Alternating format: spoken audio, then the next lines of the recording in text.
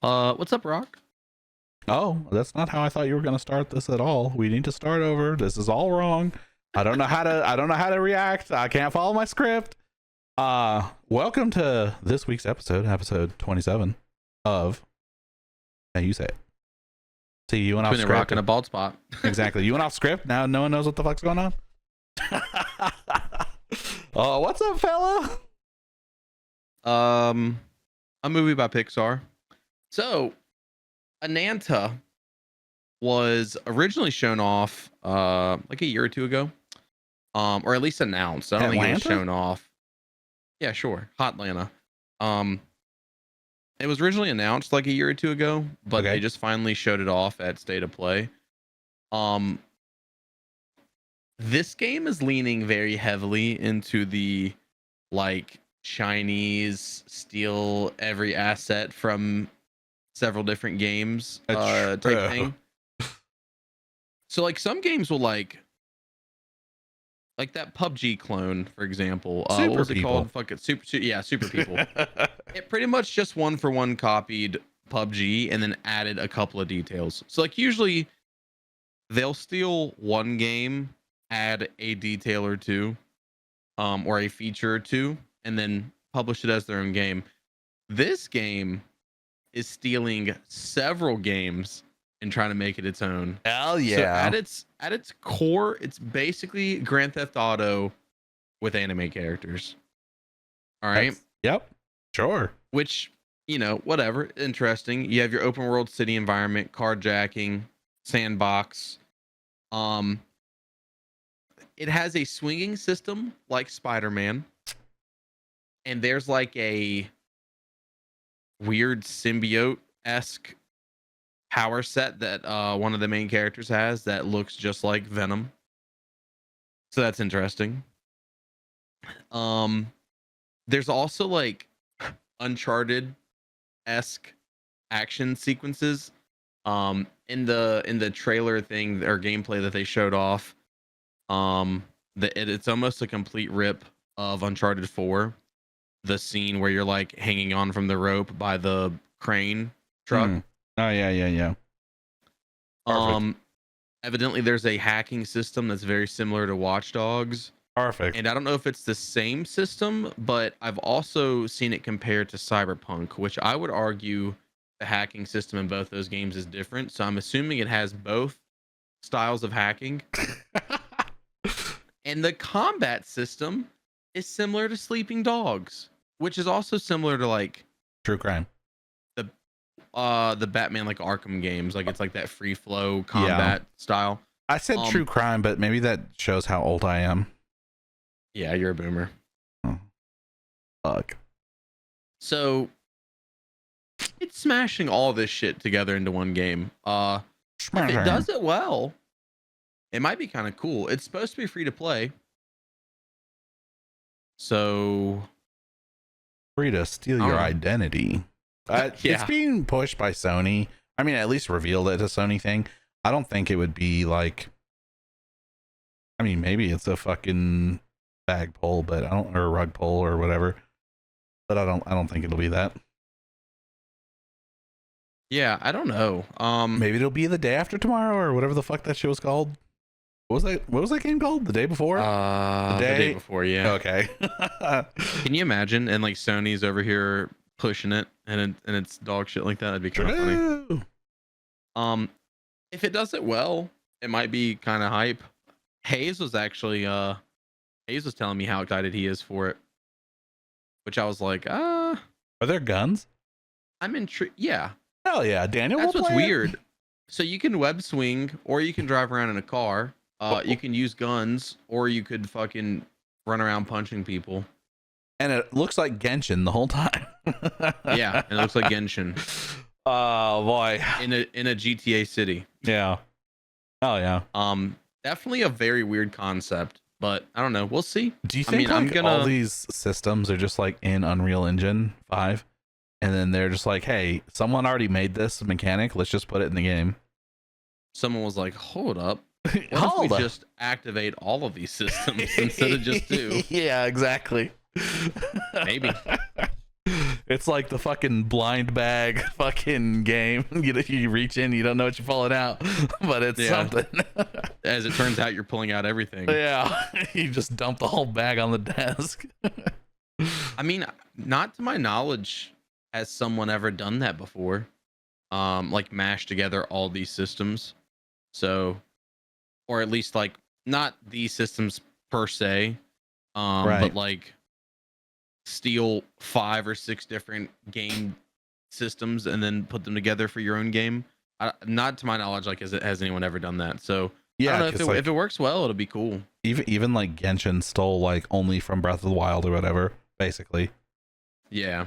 Or like Marvel Rivals just copying Overwatch. Yeah, it's weird to see like multiple. It's not even that it's multiple games. It's multiple games across different genres. That's what's really weird about it. It's just Prototype, but if Prototype came out today, maybe it'll be good. Maybe it won't. Maybe it will be good. I really liked Prototype. Same. So I'd be cool with that. Sorry, I did travel to a different dimension for a second. Did you have anything else you want to say about that, or we're done? No. Hell yeah. Move on. Moving on Actually, to that's the end of the episode. Hell yeah, goodbye. Moving on to old Pal World, Palfarm. Your favorite game. Speaking of games which are ripping other games off, Pocket Pair announced Palfarm this week. Also, was it also at State of Play? Hold on, maybe it wasn't. But, maybe the timing would indicate maybe, but I don't know. I don't know. I honestly didn't pay that close attention to State of Play. I don't think it was, but anyways, Pal World, they're in a legal battle currently with Nintendo over copying Pokemans, even though they were doing Pokemon with guns. Nintendo was like, no, fuck you. And Pokemon just announced at the Nintendo Direct 2 weeks ago, or like a week ago, and they announced Pokemon Pokopia, which is a cozy farm Dragon Quest builders-esque video game where you like develop a town, you build a farm, you gather resources, you know, it's more like crafty, right?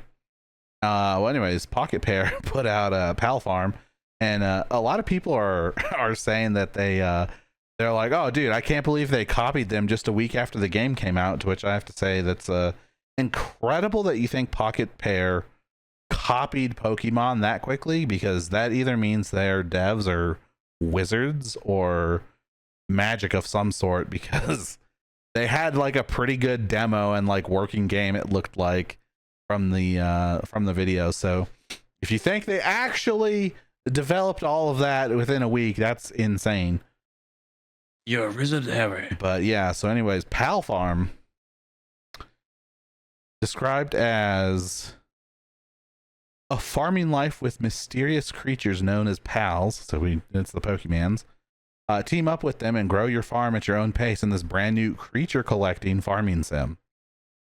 Fully playable in multiplayer. How delightful that they're including multiplayer, which is, by the way, they had multiplayer in the original version of Pal World, and a lot of people were criticizing Pokemon for not being able to implement multiplayer that well, which might be why they even caught any flack for it in the first place, because Nintendo is like, fuck you, they're telling us we're doing our shit not as good as you, and you're the copy. But fuck you. I don't know how this is going to turn out, because I can only imagine that Pokemon is going to sue them over this also. And if Pokemon starts copywriting and patenting or whatever the fuck they're doing, more mechanics, farming might be a mechanic. And then dude, can you fucking imagine? Dude, Stardew Valley, Animal Crossing, which, by the way, Animal Crossing is a Nintendo IP, Friendly Fire, what the fuck? There's going to be like a whole bunch of games that like could fall under the category that if Nintendo felt the need to pursue them, they could. I'm still of the opinion that I hope Nintendo does do this and then pressures more people, and then a judge actually looks at it and is like, no, you're fucking retarded, we're getting rid of your patents. I mean, judges do weird shit. True. But I really don't foresee a judge reading over that patent and being like, yeah, you know what, Nintendo, you're right. Y'all do deserve a patent on companion summoning. Yeah, it's so fucking stupid because like when you really think about it, like video games are like uncharted territory, I guess, but like there's still precedent for it, like in the music industry, in the film industry, like there's still things like that happen. It's not like Sony was like, oh dude, we made Western movies, now no one else can make Westerns or whatever, you know? Yeah. I don't think Sony has ever made a Western, but you know, maybe they have. Do you think, well, yeah, I guess it would have had to have been. So what's the Power World shit called? Fucking the new one? Palfarm. Palfarm, so do you yeah. think, so like Palfarm was in development while Pokopia was in development. What do you think? Do you think the Power World devs were like, oh fuck, when Pokopia got announced, because they're like, shit, we're encroaching again? Or do you think they're like meeting Nintendo head on? They're like, yeah, fuck you guys. I would like to think, this is just speculation, I would like to think that there's someone who works for the Pokemon company who is feeding them information. Because it's just on purpose. Yeah, like it's like they're unsatisfied with their job there, but they're just like pretending to be like, you know, outraged or whatever, and then they're just like secretly feeding Pocket Pair like you know, information like, hey guys, like, yeah, they're working on this sort of thing, these are the mechanics, like here's what it's gonna look like, and they're just like, okay, we'll fucking do it. And it would be even funnier if they were doing that, because the way you would keep someone's cover like that is, instead of announcing your game first or like getting the jump on Pokemon or whatever, is to just wait until theirs comes out and then drop the news. Yeah. It's like, if you beat them, then Nintendo's going to be like, well, that's fucking weird. Why did they decide to do that, like, out of the blue? But now it's like, oh, they're just copying us again. So I don't know. That's just speculation. Who knows? Well, I mean, you might be onto something, because Pokopia just got announced and Palfarm just got announced shortly after it. So like, that means it would have had to have been in development already. Yeah, they were being developed at the same time. It could just be coincidence. Cozy games are like the new meta. Like, everyone was like all into shooters, and then it was like battle royales, and now it's like the cozy game is like what people want to be playing.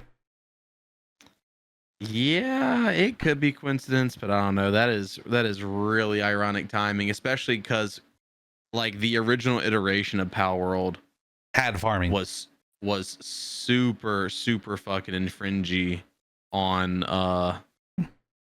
Pokemons. I mean, you threw an orb at creatures, but other than that, like, there were guns, and like it was more like Ark than it was like Pokemon, if I'm being honest. I know I've said that before, but the animal designs, I think, were, well, okay. So I mean, but how many ways can you draw a dog or a cat or something? You know, like, even Pokemon's got multiple designs that are basically the fucking same, except for the ice cream cone. Fuck that. Who the fuck wants to make an ice cream cone Pokemon? Ice cream cone? The fuck? I mean, there's still the other game, Animo or whatever, that's going to come out. That's basically also Pokemon. So we'll see how that goes. Yeah. I don't know. You gonna get Palfarm? I am definitely gonna get Palfarm. I was not interested in the original Pal World, like, at all. When they first announced it, it's like, oh dude, you get to shoot Pokemon with guns. I was like, that's kind of cool. But then when I saw it was like Ark, and it was like really grindy, and you start with like wooden fucking tools, and you have to like work your way up to actually have guns, I was like, I don't want to do that. Yeah, I've always wanted to blast Pikachu with the fucking 12 gauge shotgun. Yeah, I don't want to play fucking Rust. Like, you know, if it was more like, even like more like Daisy, but it's kind of like, I don't know, Scum, Daisy. It is kind of like that, but you can't just find guns. You have to like craft them. You have to go up the tech tree and craft them, which not particularly fond of that. Yeah. I don't know. I know some people really resonate with that type of gameplay, but I it's never been my cup of tea. Like, it's a little too grindy. Exactly. Well, it's grindy. I need like a story. It's grindy, and like you can get set back really far just by dying. Yeah. Although I don't know, I haven't actually played Pal World enough to say whether that's true or not, but I know like for sure in like Ark, you could die and lose all your gear, and then you have to go make it again.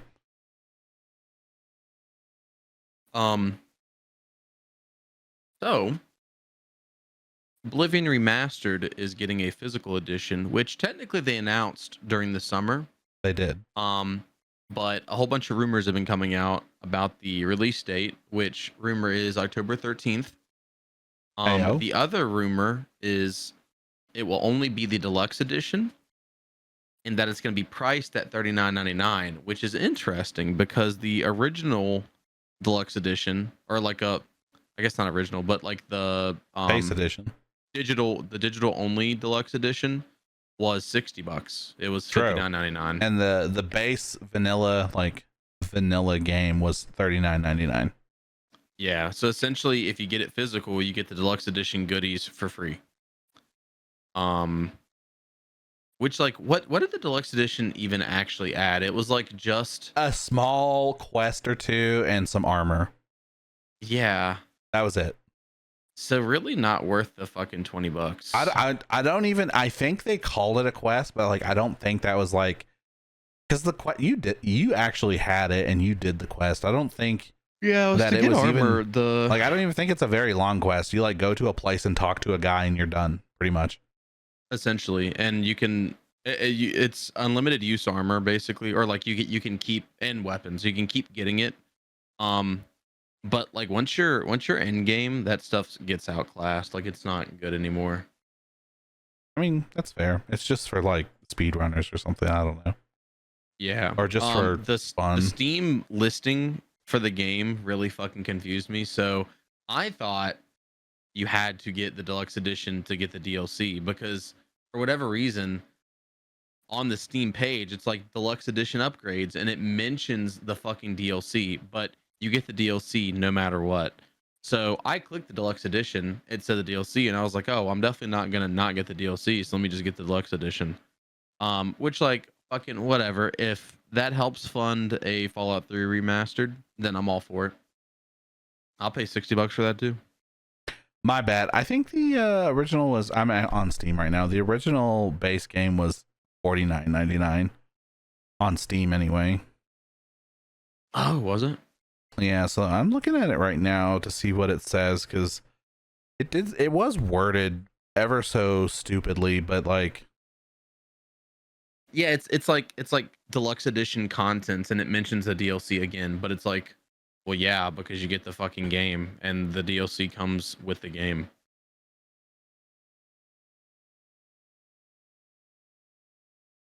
So there's like a description about the game or whatever. And then I think they might have updated the page, because it says about this content. It says upgrade from the digital base game of the a deluxe edition to receive, and then it's bullet pointed and it says new quests for unique digital Akatosh and Mehrunes Dagon armors, weapons, and horse armor set, digital art book, and soundtrack app. And then it says base game required, sold separately. So it doesn't actually say anything about DLC anymore. And I think what the hang up was is they were calling the new quests and the armor and the horse armor, they were calling that the DLC, because technically it is DLC, but it's not the original DLC like Shivering Isles, yeah, and Knights of the Nine. But yeah, that is stupid. But I mean, $39.99 for the, if that is the price for the disc of the hard version, that's the hard copy, I guess. That's pretty good. It's pretty good. How does that make you feel, knowing that like being an early adopter, you had to essentially overpay? I played it on Game Pass. What's your personal opinion on that? Oh, fuck yeah, dude. Big brain. The biggest brain. Actually, I did buy it on PlayStation also, but I was playing on PC on Game Pass. Yeah, so that's my thing. I don't really feel anyway, because I don't have a console to play it on otherwise, and I don't have a disc drive, so exactly I would not be able to get it physically. Physical for games used to really matter to me. Like I used to not get a game digitally unless it was like on sale, or like I had a PlayStation card. Like I always tried getting physical. Just because like I like having a collection. And then switched to PC gaming. I will say now that I have a Switch though, I did buy a lot of physical games. So now that I do have a console, I do kind of do that again.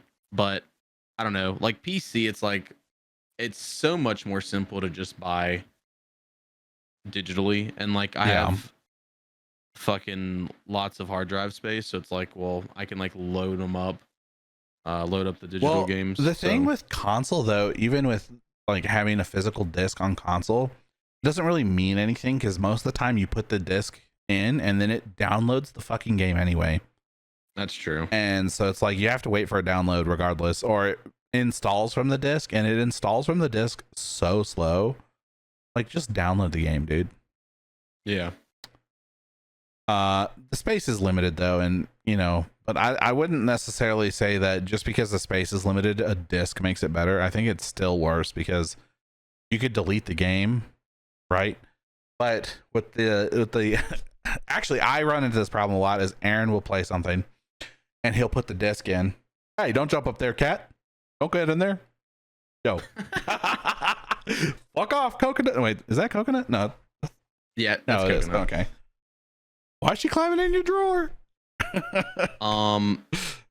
Kids putting catnip in there. Anyways, exactly. The problem I have is that Aaron will put a disc in, and then I'll run out of space, and I need to delete something to like update one of my games, and then I'll delete the game that's on the disc, and then it'll just reinstall it automatically because the disc is still in the console. Then I have to get up out of my chair and go fucking take it out. I know, first world problems, but like, fucking stop. Quite literally. Yeah. It's kind of wild. Insane in the membrane. Yeah, and then there's always the problem that the kids don't always put the disc back in the correct case, so that it's like it's something you can lose, whereas a digital copy, like, you may lose access to it eventually once the servers go down or whatever, you know, like, you know, digital technically has a shelf life, but I think the disc versions these days have a shelf life too, so it's not like it really matters. You're not going to dig your PS1 out and dust it off and put a disc in it. Like, that's like, you would do that. I should say you would do that, but you're not going to take your PS5 out and dust it off and put a disc in. Like, that's stupid. Yeah. Well, in what is probably going to end up being a bad turn of events, EA is more than likely going private. They are closing in on a $50 billion deal to go private in what could become the biggest leveraged buyout of all time. Oh, yeah. So some sources say investors include private equity firm Silver Lake and Saudi Arabia's Public Investment Fund. Oh, yeah. Affinity Partners, an investment firm led by Donald Trump's son-in-law, Jared Kushner, is also said to be in the mix. So that seems like a weird pairing. A little bit. I'm also a little afraid of what that means for EA, especially with like Battlefield 6 is looking to be really banging this year. Battlefield 6 is looking good. Skate has been, I think, so we talked about it last week and we were saying it was mixed, but I think Skate is actually doing pretty good. I keep seeing a ton of clips of people really enjoying the game. So, well, it also helps that it's free. True. Because people have been waiting, as we talked about, what, like fucking was like over 10 years. So yeah, something like that. No, I think it was 9 years, almost 10 years, something like that. Like 2016 or something. Yeah, something like that. So yeah, I don't know. Like, EA is in a good place right now, but at the same time, like, that can change overnight. Obviously, like, they did have the whole Battlefront 2 fiasco. For those of you who don't know, they released Battlefront 2 and it was a gacha game hell with no dupe protection, and you had to spend, I think someone did the math after they spent money, and you had to spend like, it was something ridiculous, like $4,000 to unlock everything. Which is crazy. I'm gonna see if I can find that article. Yeah. pull that up, JB. it's Ninjahitman. Unlocking everything in Battlefront 2 requires 4,528 hours or $2,100. Okay, well, I got the 4,000 number right. It was just the wrong thing. 4,500 hours is insane. I don't think either of us have played a game that much. Daniel's autistic ass might have, but I don't think Ninjaman and I have. No. I think even if you look at my combined time in Destiny 1 and 2, I think I'm just like at like 2,000 hours, and that's been around 10 years. So people will just be unlocking everything now. They did sort of fix that whole thing, and I don't remember if they gave people their money back or not, but like they changed how that whole system works, and they made it so all the characters are unlocked by default. And they did a couple of good faith things there, but it was kind of like the damage had been done. EA's reputation was basically ruined at that point. Yeah. But I mean, they still have their hands on some pretty good IPs. Like they could start making Burnout games again. That troubles me for the Star Wars games, which like they're not the only Star Wars people, you know, because like Ubisoft. they branched out to set like Ubisoft and whoever makes the Lego Star Wars. I mean, that's like kind of different because it's a Lego, but it's also still Star Wars IP. So and then someone else has that. Who is that? Warner Brothers? I actually don't know who has Lego. Technically it's Telltale, but I think they're owned by Warner Brothers. Yeah. Okay. And then, well, so the reason I said that is because Lego 2K Drive is a 2K game. Which, I don't know if Telltale owns them or whatever. But I don't think so. I think they're independent of each other. But regardless, EA has some, bigger IPs. Yeah. Were they the one? Actually, were they the ones making Titanfall? Was that someone else? Yes. They were, okay. Yeah, because they own Respawn, right? Because it was technically Respawn. Hold on. Pretty sure. Oh yeah. Yeah. EA owns the Titanfall intellectual property. Okay, yeah, that makes sense because it was Respawn. So there's like Apex, there's Titanfall, there's so they've got IPs they're not currently using that they could use. Who made Anthem? Was that also EA? Because that was another fucking flop. EA made Anthem. Yeah, well, they published it. BioWare made it technically. Dude, that was like right in the midst of EA being really shitty. True. So I don't know. EA going private could be a good thing, could be a bad thing. We'll have to see how the invested parties go, because like being private like that could be really bad, but at the same time, like it also makes them able to do things that if public reaction is terrible, like they could just say, I don't give a fuck. We're doing what our investors want us to do. Well, so if they are private, do you have to worry about shareholders driving results? Because if so, it's your shareholder. So yes, but your shareholders are different people. Like me with one share can't call into a shareholder meeting and voice my opinion. Yeah. So that's Whereas the big you difference. Could if it was public. Well, yeah, because you could go buy a share publicly, and then you could call them and be like, "Hey, I want in on the shareholders meeting. This is what I think." Blah blah blah blah blah. They're still beholden to their shareholders once they're private. Yeah. It's not like they're not traded still, but they're just well, because you always hear like companies, they're like, oh, like the shareholders are really fucking pushing us to crunch out work hours, blah blah blah blah. That's why we had to rush the game. It's like, I wonder, like, are we gonna start seeing more of that? Or would it be less? I think it would be less, because it's the weird thing about being a private company is generally when you're a private company, like one or two or a small group owns the majority rights. Mm-hmm. And that small group gets to dictate what you're doing. So in that regard, you have to do what they ask you to do, because they're literally like your boss. They employ you essentially. Whereas when you're public, it's just whoever owns like the biggest chunks, and everyone gets to say whatever, right? Generally, the shareholders are represented by a board.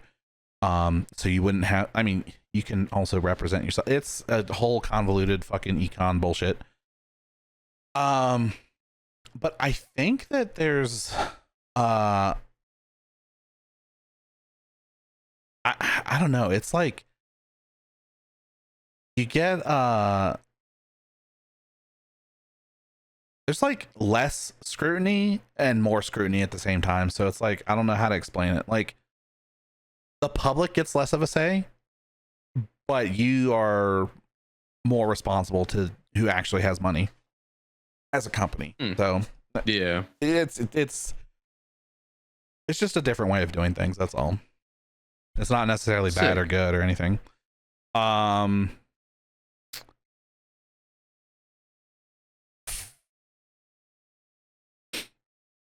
think generally speaking, private companies have a little more flexibility and a little more freedom to do what they want, though. In terms of like doing things that a regulatory committee would be forcing them to do. And it might even help them to restructure their company and get rid of some of the like middle management and stuff, which has been happening to a lot of companies lately. It has. So that might be the entire reason they're going private, is just to restructure the company. So the Saudi Arabian company, that is supposedly going to be, one of the firms like trying to buy it up, PIF. They actually are already a 10% stakeholder in EA. And they also are one of the largest Nintendo shareholders with 5.01% ownership. So they're dabbling their pen in several different inks. Hell which yeah. is interesting. Shout out the rich Saudi prince. Yeah. All of them. He's the oil prince, dude. The fairy wish prince. Yeah, he's a game prince now. If you know what the fairy wish prince is, then you have lived a great part of the internet history. You cannot discuss the fairy wish prince anymore because it is cancelable. Oh, shit. They say the F slur in the video, but it is hilarious. Well, thank you for getting us canceled. I appreciate that. Good, very good. I've never shied away from the fact that I think that's hilarious.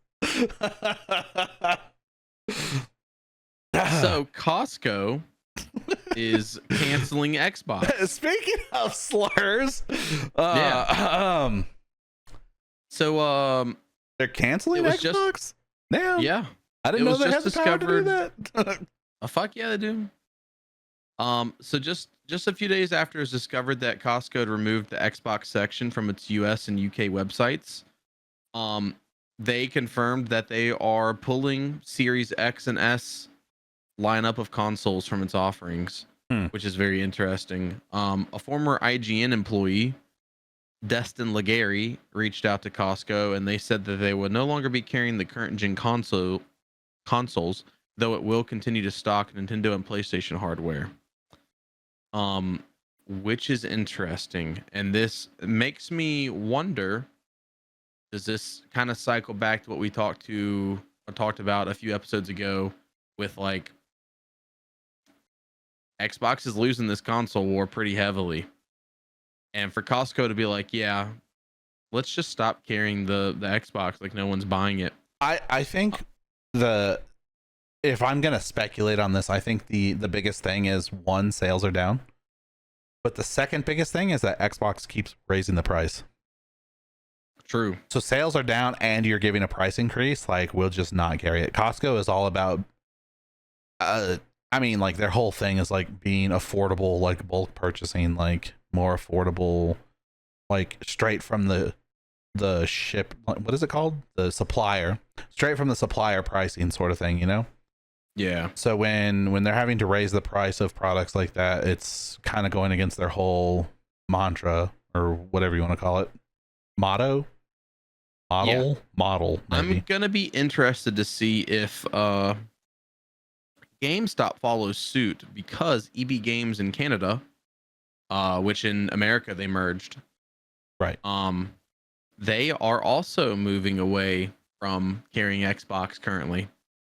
Specifically the console. So I think at EB Games you can still get games. I don't know if you can get games at Costco. You know what kind of sucks is Xbox has some good things going for it, but just nobody knows because nobody's buying Xboxes. So is that a marketing issue on the Xbox's fault, or no? I think it's a. Sounds like no one cares then. Dude, it's hard to say what of the many problems is the exact issue that caused it. Other than they have many problems. Their whole selling point this console generation was that the Xbox was more powerful than the PS5. And that's technically true. But the PS5 has a proprietary SSD that makes it load things like super fast. And I haven't really noticed a load difference between Xbox or PS5 because I sit there and I look at both of them and I'm like, Jesus Christ, I would rather play this on PC. It loads so much faster. I don't know. It's hard to say because like Xbox was really strong during the 360 days. And then during the whole Xbox One days, that's like when the fall off started. Really, is everyone was going to PS4, and then dude, I don't know. Even some of the hardcore like Xbox fanboys I know are having a hard time justifying an Xbox over a PlayStation because it used to be easy to be like, oh, all my friends are on Xbox, but now that there's crossplay, oh, maybe that might be it. Actually, crossplay maybe killed Xbox. Everyone was staying on Xbox because they wanted to play with their friends and all their friends had an Xbox. But once there was crossplay, it's like, okay, well, PlayStation has objectively the better games and PC has objectively better hardware. So, I mean, if you're going to build a PC, you might as well go all the way, right? As far as affordable gaming, like Xbox doesn't fit the affordable gaming either because that's like Switch, you know? Yeah, that's true. I don't know. Not with the price hikes. Yeah. I think it's still priced cheaper than PlayStation though, right? What did you say the price went up to? No, it's not. Oh, it's not anymore? Ref. No, that special edition Series X is like fucking $900. Yeah, okay, but granted, that's buying, a 2 terabyte hard drive and shit, but well, a 2 terabyte hard drive doesn't even justify that price anyway. That Xbox does look fucking sick though, if you ever seen it. I actually have not. I should have known this was going to happen though when I saw those fucking Xbox fridges. They were on sale for like $80 or something. I was like, God damn, those should not be that cheap. The PS5 digital is $400. The Series S 1 terabyte is $430. Ooh, that's not looking great. So I will say the Series S has a bigger hard drive than the PS4. 5. Yeah, PS5. Sorry. But like at the end of the day, does that really matter? Well, all right. So if you compare the Series X 2 terabyte to a PS5 Pro 2 terabyte, the Series X is $730 and the PS5 Pro is $650. Yeah, it's not looking great for Xbox. No, not at all. Matter of fact, it hasn't been looking good for Xbox for a while now. It is the stronger console though, in some metric that nobody fucking can even notice. It has a better controller. I'll say that much. Xbox controller is by far the better controller. Everyone always tells me they have really bad stick drift on their Xbox controllers, and Xbox controllers for me are the only ones that have never had stick drift for me. So I don't know if that's just like an isolated incident, or I take better care of my shit, or I be dropping my PlayStation controller more because I use it more. I don't fucking know, but yeah, probably. Who knows? Xbox is big rip because Costco said so. My question is going to be, who else is going to start dropping Xbox, and what happens when the next Xbox comes out? Will Costco? You think Costco will pick it back up if they come out with a new console, or you think it's just dead in the water? I would assume this is just a business decision, like they were just sitting on stock and not moving it. Probably. So I would think a new console comes around, depending on sales, I'm sure they'd at least pick it up at first, dude, and then go from there. How awkward is it that you're like a manager at a store, right? And you get a phone call and you're like, hello, and they're like, hey, the price of the Xbox is going up $100, and you're just like, brother, I've got 30 sitting in the back that we can't move. Why are we raising the price? Inflation, dude. Okay, dude, we should be cutting the price, not raising the price. Yeah. Dude, if Xbox, honestly, if Microsoft would like drop the price of the Xbox, like just get rid of the Series S altogether and just have the Series X and price it at the price point of the Series S, like 300 or something, they would move more consoles. Yeah. Substantially more consoles. Take a note out of Sony's book and sell your consoles at a loss, because you'll make it back in games and Game Pass. In fact, didn't we talk about this on the podcast that most of the revenue Xbox makes is from Game Pass? Yeah. You're not selling Game Pass if you're not selling consoles, though.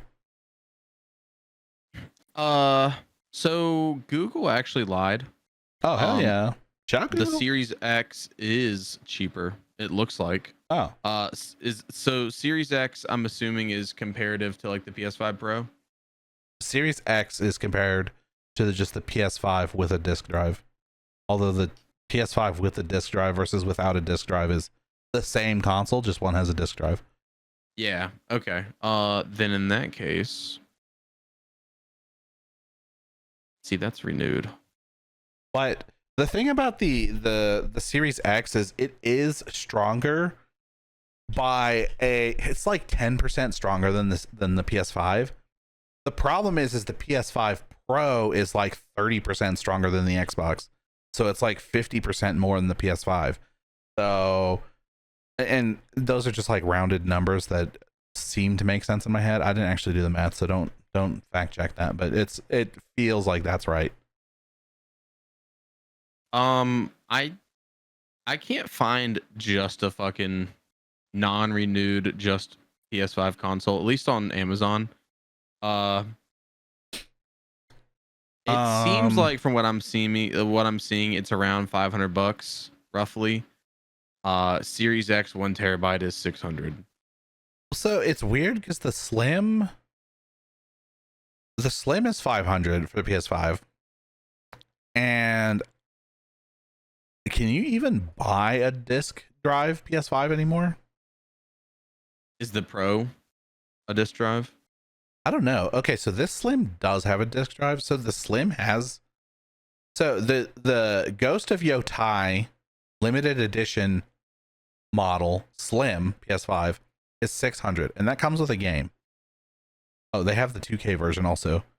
That's $545 or $549, so $550 for the 2K26 PS5 Slim with a disc.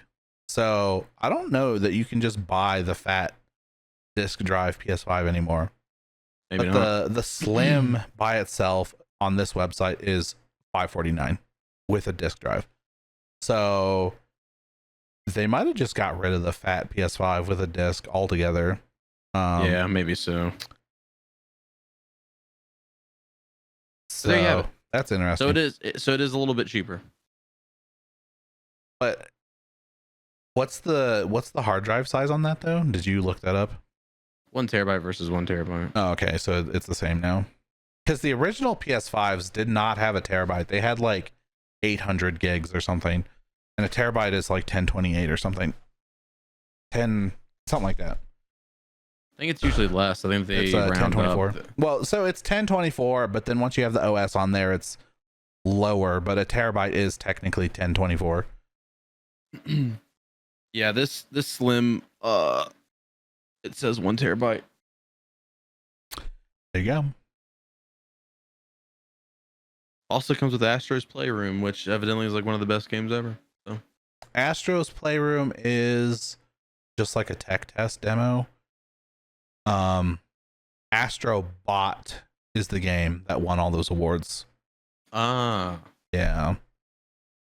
It's like the spiritual successor or whatever. The funny thing about that game is they weren't even going to make a full game like that. They just made the tech demo, Astro's Playroom. And apparently it was so good that people were like, we want a full game. And that's why they made Astrobot. There you go. Good thing they did it. Yeah, I guess so, dude. So in a very odd turn of events, the first AI star might soon be cast in a movie. Perfect. There's a Hollywood talent agency that is on the verge of signing an artificial intelligence generated actress whose name is Tilly Norwood. Imagine developing. I wonder if they asked the AI what it wanted its name to be, and it responded Tilly Norwood. Because to go through all the trouble, spend all the money developing this, to then turn around and be like, yes, Tilly Norwood. Like, what kind of fucking name is that? I don't know if this is racist or not. You probably shouldn't say it. Right. I don't think I've ever heard of a Tilly, except for in media. Like, I've never met someone or heard of someone in real life named Tilly. And the only people I've heard of in media named Tilly are slaves. Or former slaves. In fact, I think Django's girlfriend lady is named Tilly. Oh, you know what? I think you're right. So I'm just saying that's the only place I've ever heard the name. I don't know if that's racist.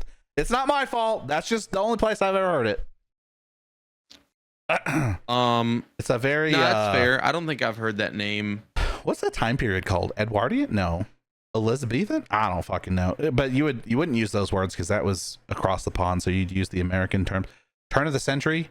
Is that turn of the century? It's a very turn of the century name. I don't know. Civil War era. What? Yeah, that's sure. Let's go with that. Civil War era name. So you have no idea if the AI named itself? Yeah, I'm curious about that because fucking why is that the name it chose? Hell yeah, she's German, I guess. I don't fucking know. So Aline van der Velden, who is an actor, comedian, and technologist that launched AI talent studio Zyquai. I don't know. Is it German? Is in talks. Maybe. Is in talks with several agents who are interested in signing Tilly. Which, you know, I'm really, really shocked this is the way this is going because the whole Writers Guild strike that happened, what was it, like 2 years ago? That happened because of the whole AI issue. Because the only actor I can think of for sure that this was like coming up with was Bruce Willis, but which he did state that he was okay with it due to his health issues, but I think studios were trying to lean into using AI, and obviously that's an issue if people want jobs. So the name of the studio, the talent studio, is Xicoia. How did you pronounce it? Zyquai? Zyquai? Sure, dude. That sounds good to me. Zyshow. Maybe, dude, I don't fucking know. Is it Chinese or something? I was thinking it was like German and there was like a ZEI or something, but no, it's an X. Maybe it's Exiokia or something. Or Zikoya. I don't fucking know, dude. Who knows? Once you put an X in a fucking name, I don't know how to pronounce it anymore. So the person that launched the studio is Dutch. And Dutch sounds like German, but I don't know enough Dutch to say what the fuck.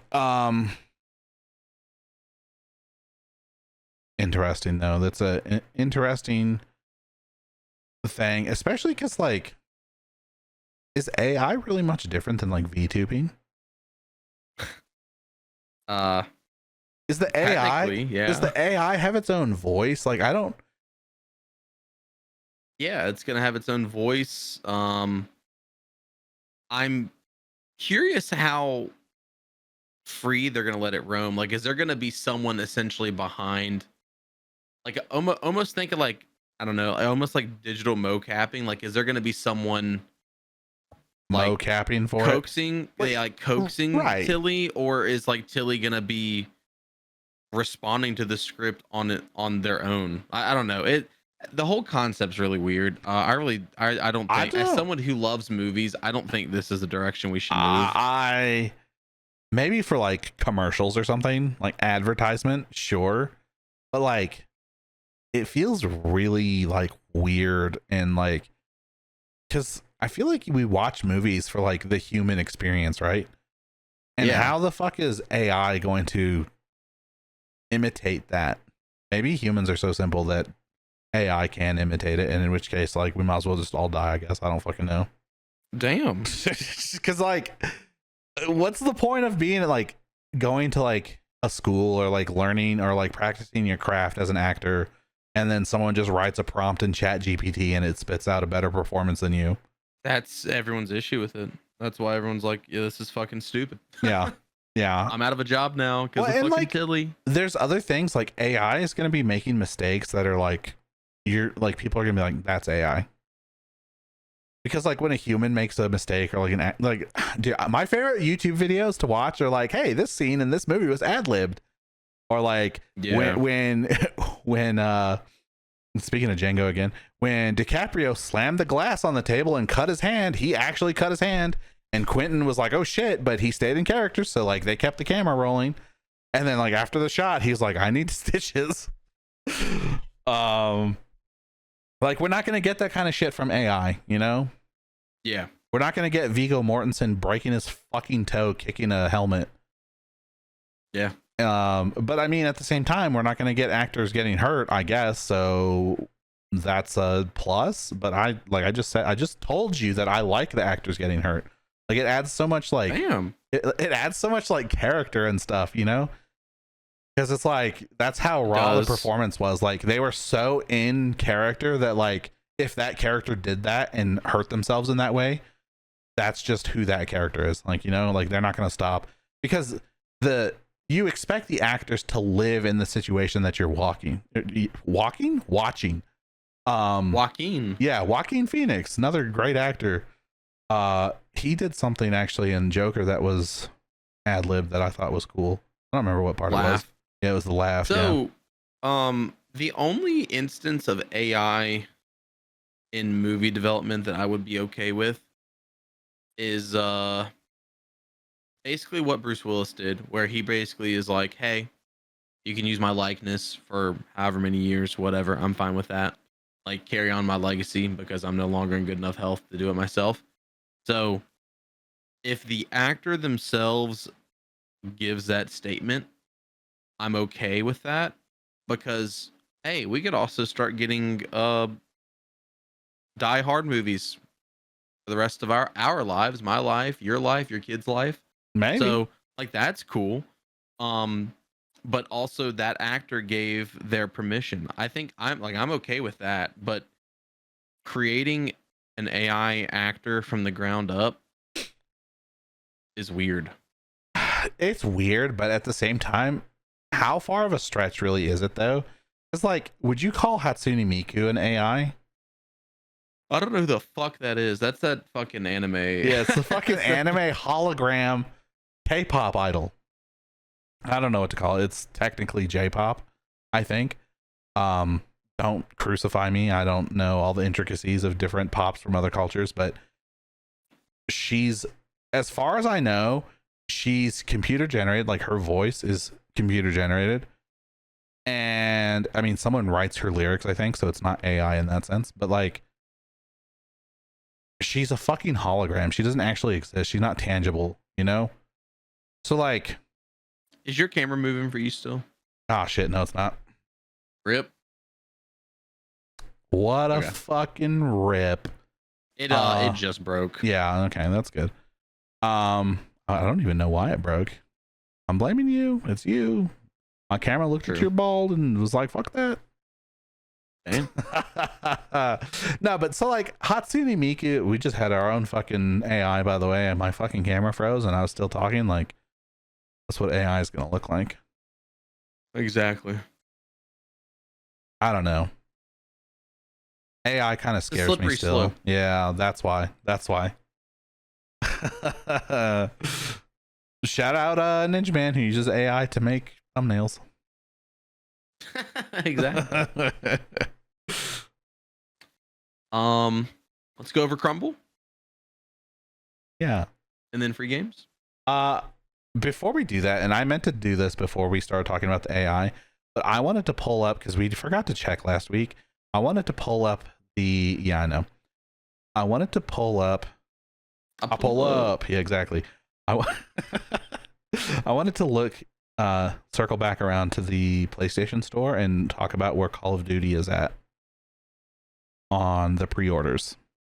Oh, I skipped one battle after another ratings anyways too. Okay, well, let's do this and then we can do that. So, it actually has moved up since I looked at it yesterday. We have Ghost of Yotai Digital Deluxe Edition #1, most pre-ordered. Ghost of Yotai. Okay, this game's about to come out in like this week. By the time the podcast comes out, this game is out, right? Battlefield 6 Deluxe Edition, then Battlefield 6 Regular Edition. Those are both about to come out. Then Call of Duty Vault Edition, and actually when I looked yesterday, Call of Duty Vault Edition was 8th, but I think a game came out. No, I guess I didn't look yesterday. I looked Friday. A game came out on Friday. Then in 7th is Digimon Story Time Stranger. Digimon still was being fucking created. I didn't know that. Yeah. So would I say that was 6th place. So Call of Duty is number 5, and then number 7 is Final Fantasy Tactics, and then Black Ops 7, the cross-gen bundle, is number 8. So they've got 2 in the top 10 now. Which, you know, I think Arc Raiders and 007 had previously been in the top 10. So I guess we're getting close enough now that people are starting to pick up Call of Duty more a little bit. But also everything else that people had been pre-ordering has come out, so who knows? Maybe Call of Duty will still make it to #1, but who knows? By the time it launches, maybe. Yeah. Oh, they actually see. Oh, you think so? I will say they had a multiplayer like footage reveal and a zombies reveal this week.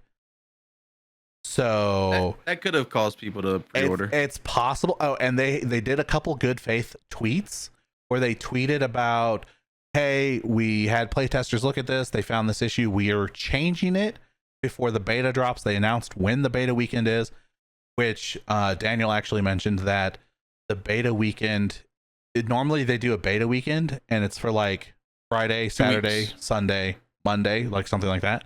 And then it's a gap. And then it's Friday, Saturday, Sunday, Monday, the next weekend, right? Closed beta, open beta. This time, they're doing one beta week, and it's going to be a solid chunk of like 6 days. And the reason they're not doing it the second weekend is because that's when Battlefield launches. So they knew that no one would be playing their beta anyway. But the couple good faith things that they did on Twitter where they informed people like, hey, people had this issue. We have adjusted and changed it from the pre-build that people played, and now it's fixed into the beta. So like the fact that they're already listening to consumers, I think is, put some good faith forward. And then maybe the multiplayer and zombies trailers were just good enough that people are interested now. So could be marketing going well, or it could just be that all the other games that people were looking forward to have already come out. Oh no. Yeah. Very interesting. Oh, weapons. Actually, did you see the update on weapons?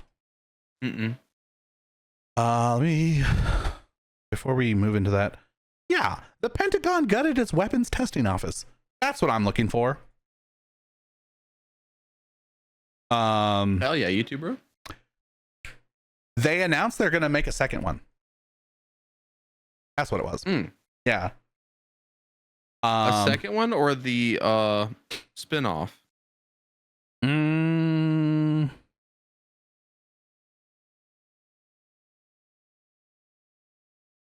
Now I'm not sure. What's the spinoff? It is gonna be about a character in the movie. Is that the thing with Bill Hader? No, I don't think so. This says Warner Brothers might try to run Weapons as a comedy at Golden Globes. What the fuck? That's just what it says. I'm not going to read the article, but that's what it says. Okay, so it's a spinoff. Sorry, it's a spinoff. It's not a sequel. It's a prequel, actually. Yeah. Okay. Did we talk about that then? Mm-mm. Okay. Well, anyways, there you go. Weapons. Ladies and gentlemen, I don't know why I felt like saying that because Golden Globes were mentioned, I guess. Okay. Shout out, ladies and gentlemen. Also, whoa. We talked about Marathon. No Marathon at State of Play. You know, Sony owns Bungie now. Marathon is Bungie's next up and coming big flagship game, and it was supposed to launch September 23rd. It was the original launch date, which is come and gone. State of Play was ironically on September 23rd, and no mention of Marathon at all. They did not mention it, so just so you know, Marathon might be dead. All right, now we can move on to one battle after another. Marathon might be dead. Did you go see One Battle After Another? So we went to the movies today. We ended up not seeing that. I wanted to, but Brooke wanted to see A Big Bold Beautiful Journey. Is that what the fuck it's called? It's a chick flick. So we saw that. Wait, what the fuck is that called? So the reason why we went to go see that just came out, I think last weekend, but it's been 2 weekends ago now.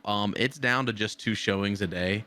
So she wanted to see that, and I was like, well, One Battle After Another just came out. Yeah. So we need to start like staggering our shit tactically, because I wanted to see Naked Gun and we waited too long. And that was gone. Yep. And I wanted to see something else, and it came and gone. So I was like, all right, we got to start like actually doing this tactically, because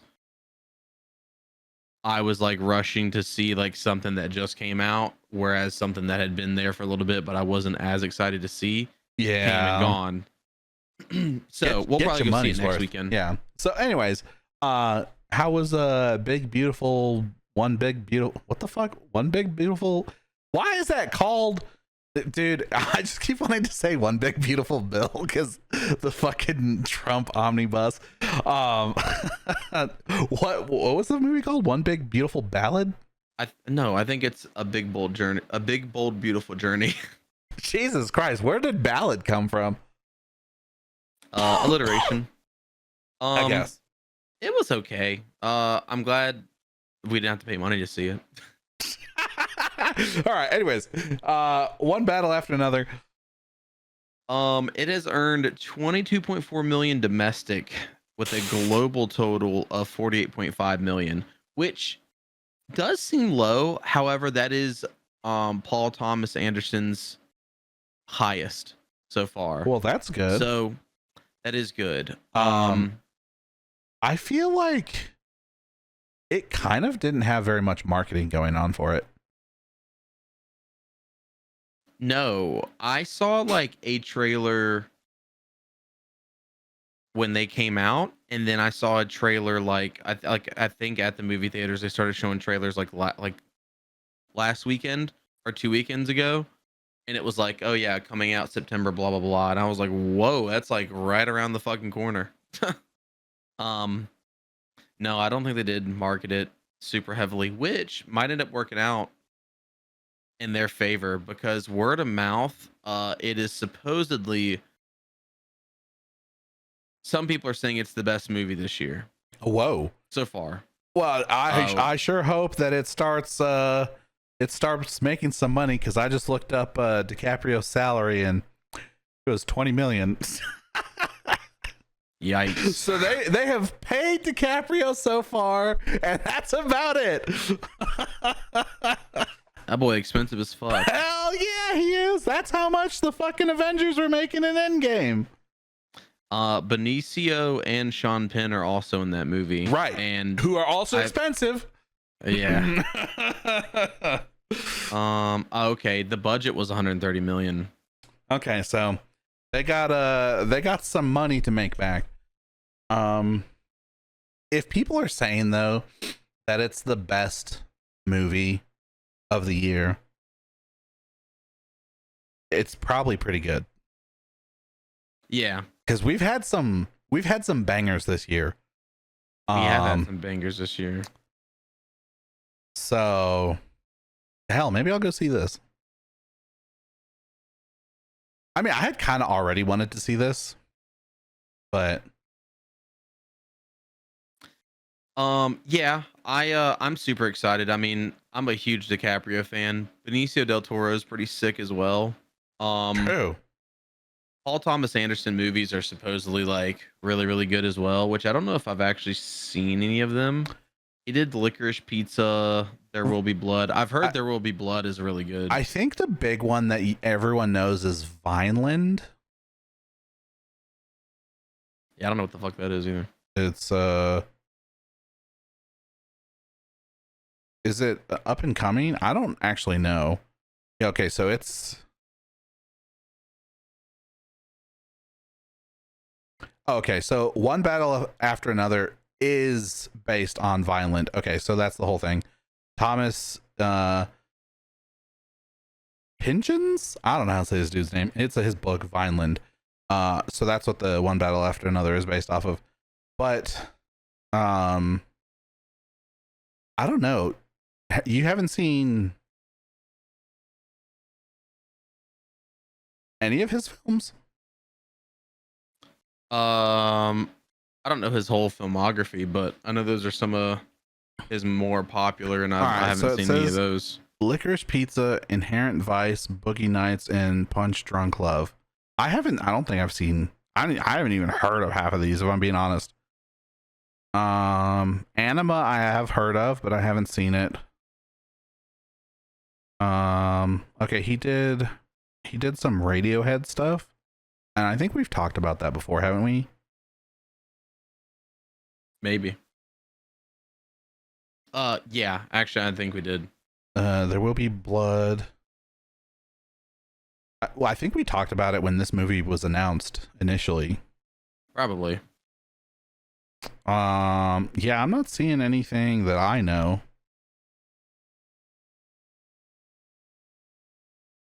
So there you go. One Battle After Another. It's got an 8.5 on IMDb, which might be his highest rating out of any of his stuff. Radiohead Daydreaming music video is 8.4. There Will Be Blood is 8.2. He's got nothing too low, but it kind of looks like he's like a unknown, like not budget, but like a budget sort of like.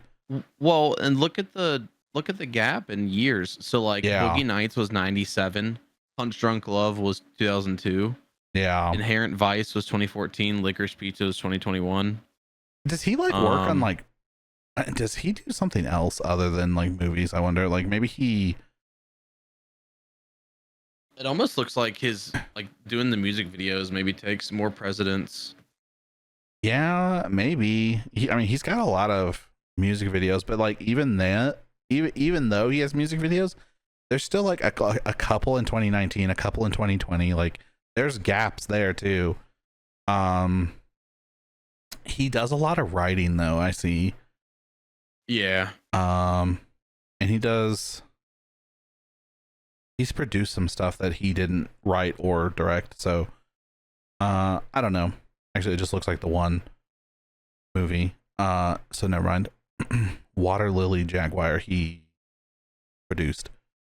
What the fuck? Yeah, I don't know. I don't know. He's just kind of like under the radar. But if this movie's good, then this movie's good. Yeah. It's nice to see. I mean, so like, yeah, it's a book adaptation, I guess, but it's nice to see like new films, like new movies, new ideas, new IPs. Yeah. even if it is like a book adaptation, I would rather see a book adaptation than more rehashes than Star Wars Part 9. Literally, that's the worst Star Wars. And if you disagree, you're wrong. It's factually the worst Star Wars. Actually, I think 8 is the worst. Damn. Never mind. This dude just used factually incorrectly. I know, dude. I did.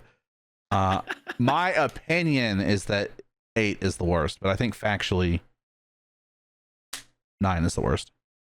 I think 8 actually probably is the worst. They didn't follow canon at all and rewrote a bunch of shit.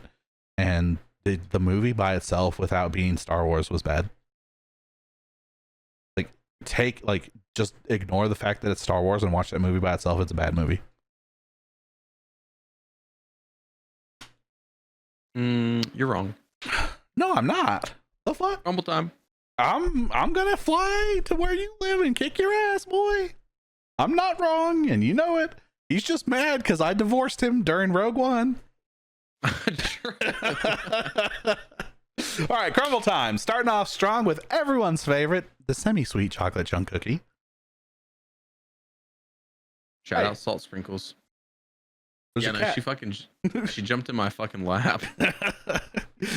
Following it up is the triple berry shortcake. This looks not great. I was gonna ask you, do you like shit like that? Because I do not. No, it looks like they took a tart and then put it on top of a Pop-Tart. Not looking great. Not looking great. It almost looks like one of those angel food cakes, you know, those little like cups that you're supposed to put whipped cream and strawberries on. Yeah, I think that's literally what they're going for. Like it's like a shortcake. Like it's that shitty like fucking yellow. I don't like those. Not yellow, but like vanilla. I don't like those, dude. Those yeah, are not great. I don't either. Some people love shit like that though. True. Otherwise, they wouldn't still be selling them. Pumpkin pie cookie. Looks like they hit some cinnamon on there. This cookie actually doesn't look unappealing, but I just do not like pumpkin flavor. I fucking love pumpkin. I'll go fucking eat one and I'll send you a Snapchat of me eating it. I mean, go ahead. It's not like it's gonna make me sick or something. I'm just gonna think you're dumb. Damn. Because if you like pumpkin, you're objectively wrong. Just like if you like Star Wars Episode 8 or 9, honestly. Says the guy who puts onions on his burgers. That's elite. Onions on burgers are top tier. If it wasn't, every burger wouldn't come with onions on it. Then we got the molten lava cookie, a nice little throwback. This cookie is, you can never go wrong with this cookie. We had this recently, did we not? Like a month or two ago? Oh, maybe. I just remember I got a cookie like this and it got fucking powdered sugar everywhere. So, you know, there's that. Confetti cake cookie. This is just the sugar cookie with sprinkles on it. And I don't know why you would ruin it with fucking sprinkles, but there you go. It's got sprinkles in it too, I think. It looks like it, yeah. It's just sprinkles. I might get one of those. We got the chocolate peanut butter cookie featuring Oreo. I think they have some contract with Oreo that they have to have an Oreo cookie every week. I have a feeling, you know, like I haven't seen anything official, but like I've got a feeling that they're partnered or something. Maybe Oreo cookies just perform the best out of all their cookies. I don't know. It might. Brand recognition. Yeah. Look, you can still see the little like Nabisco logo on these like mini Oreos. This was like, it used to say like Nabisco or whatever right here on these little ones. But as we found out recently that they're no longer owned by Nabisco, they're owned by Mondelez. I don't know. None of these cookies are looking particularly good. Maybe the molten lava cookie. That's I was saying your dumbass opinion, maybe. Oh yeah, I think I'd only get the molten lava cookie. The chocolate peanut butter cookie kind of looks like they had a chocolate cookie and then they squirted fucking toothpaste on it. Fucking peanut butter flavored toothpaste. Yeah. Dude, it looks like the fucking root beer flavored toothpaste from the UK. Ew. Yeah, did you know that people from across the pond come over here and they try root beer for the first time because they're like, oh yeah, Americans love root beer, and they drink it and they go, ugh, this tastes like fucking toothpaste. And Americans are just like, what the fuck are you talking about? It's not minty at all. Oh shit, that's dude. funny. I did not know that. Yeah, so they're toothpaste flavored, and then they drink orange juice after brushing their teeth with root beer flavored toothpaste, and they're just like, oh, this orange juice tastes fucking awful. And so we'll brush our teeth with mint toothpaste and then drink orange juice, and it tastes fucking awful. And so we just assume that our toothpaste flavors must be the same, but they're not. All right, let's look at some secret menus, dude. Here, this looks like a good one. We got a cornbread cookie in Rapid City, South Dakota. Who cares? What is your secret menu cookie? Damn, boy, I'm not showing the map for that. You don't have to show the map. No, I'm not showing the map. Just read it. My secret menu flavor this week, I only have one this week, and it's brown sugar cinnamon. Damn, that sounds whack. It does sound kind of actually whack. Now that I'm thinking about it though, like I'm gonna have to look at that because that might be okay. I have a key lime pie cookie at one of my crumbles, and I have a confetti cookie at the other one. Damn, so yours also is kind of mid. Yeah, did you go? I do like. What? I was gonna say, did you go to Crumble this past week? I did. I got. I already forgot. Oh, I see that we've got a banana pudding in Georgia. And we've got in Lubbock, Texas, of all places, we've got a berry trifle cake cup. You remember the little cake in the cup? No. They also have a banana bread? What the fuck? The other location in Lubbock has fucking banana bread, dude? Like just straight up banana bread? That's what it says. It just says banana bread. That's fucking sick, dude. I want a fucking banana bread from Crumble. This week I got this past week, I got one original pink sugar cookie. Bad. I don't like that. That's like one of my favorite cookies and they do it horribly. I got 2 confetti cakes. Amazing. One birthday cake cookie featuring Oreo, which was like, I don't personally think I'll ever get that again. A hazelnut sea salt cookie, which was fucking amazing. It had Nutella in the middle. Delicious. It's okay. And then a chocolate milkshake cookie. Yes. Okay. And so a chocolate milkshake cookie, which was like, like it was okay. I got the pink sugar cookie. I like that cookie because it's like almond. It's like a sugar cookie, but it's almond, and the frosting is like not oppressive. It is kind of like simple though, and maybe my opinion changed on that. Maybe at the beginning I was like, "Oh, that cookie sucked." Maybe it does. I don't know. I like it. And then I got I didn't know there was supposed to be sea salt on that. There was no salt on my cookie. Yeah, your Crumble never uses the sea salt. No, they usually use too much. Correctly is the answer. So maybe I would have liked that cookie more if there was sea salt on it. I don't think so though. I also ate it cold a day later, so that could very much have something to do with it. And then my daughter got the confetti cake cookie or whatever, and she only ate half of it. And then my mom brought Oreos over the next day, and she opted to eat Oreos instead of the rest of her cake. So that should let you know how good that was. It was not. And of the half she ate, I should say, I cut it in half and she had half. She didn't even finish the half she had. She threw away like half of that. So really she only ate a quarter of that cake, whatever. And then my son we had the M&M's. What the fuck was it called? Here, there's one right here. It's the M&M's cookie. Yeah, this is what it's called. He ate the whole fucking thing. I think the better version of that cookie though is the monster cookie. It's not featuring M&M's though, so like they're not real M&M's, but I think that's better because it's got like peanuts, like peanut. What is it? Peanut butter chocolate chips? Peanut butter chips? I don't fucking know. EB chips. Yo, you can get a fucking apron. You can get a Crumble apron and oven mitt set. It's kind of badass. Hell yeah. Oh, this place is called Zelda, by the way. It's in Alabama. So if you live in Montgomery, Alabama, this location's called Zelda. It's on Zelda Road. They have a cereal milk cookie, which looks good. It's like a Rice Krispie treat, but it's Fruity Pebbles. They have a vanilla sugar cookie, which I like that one. That's just their sugar cookie with vanilla on top instead of the pink stuff.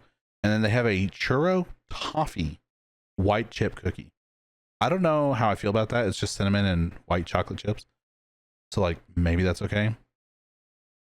Speaking of, it was Crumble's birthday.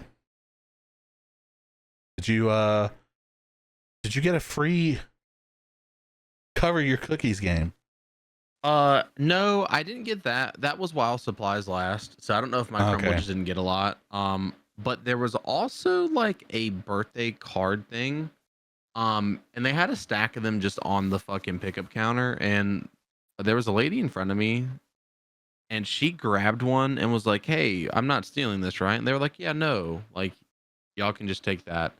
I didn't take it though because it looked like it was just a fucking birthday card that they are giving us for their birthday, which seemed weird. Maybe it was a birthday card that you give someone else. No, I don't think it's that, bud. Oh, okay. Anyways, the lady just like put the game on top of my cookies and handed it to me, which I didn't even know they were doing a promotion or anything like that. Because I went on Tuesday and their actual birthday was Wednesday. And Wednesday they were doing some like discount or something. 4 cookies. You could get 6 cookies for the price of 4 cookies. And that's not what I did. Okay. I bought 4 cookies on Tuesday. And I walked in and she put the game on top of my cookies. And I just was like, okay. And I like walked out and I was like, what the fuck? I don't know what the fuck. And I sent a snap to Ninjahitman. I was like, yo, either they fucking gave me this or I overpaid or I don't know what the fuck happened, but they gave me a game. And he's like, oh yeah, that was a promotion for their birthday. And I was like, oh, there you go. There you go, indeed. Yes, sir. That's Crumble. That is Crumble. That might be That's whole. the way the cookie crumbles.